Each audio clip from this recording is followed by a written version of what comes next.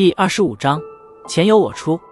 有些鬼鬼祟祟地溜进自己的房间，萧炎快速地关上房门，然后飞快地窜进房间的角落，最后从怀中掏出一大堆的药草以及几颗魔晶，小心翼翼地摆放进柜子之中，深嗅了嗅满手的药材气味，嘿嘿笑着松了一口气。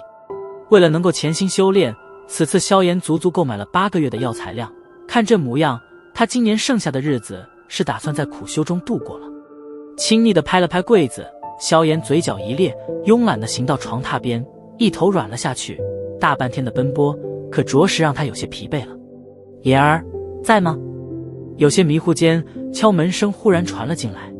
睁了睁迷糊的眼睛，萧炎赶忙跳下床，然后打开房门，望着站在门外的萧战，烧了烧头，讪笑着问道：父亲，有事吗？没事就不能来找你了。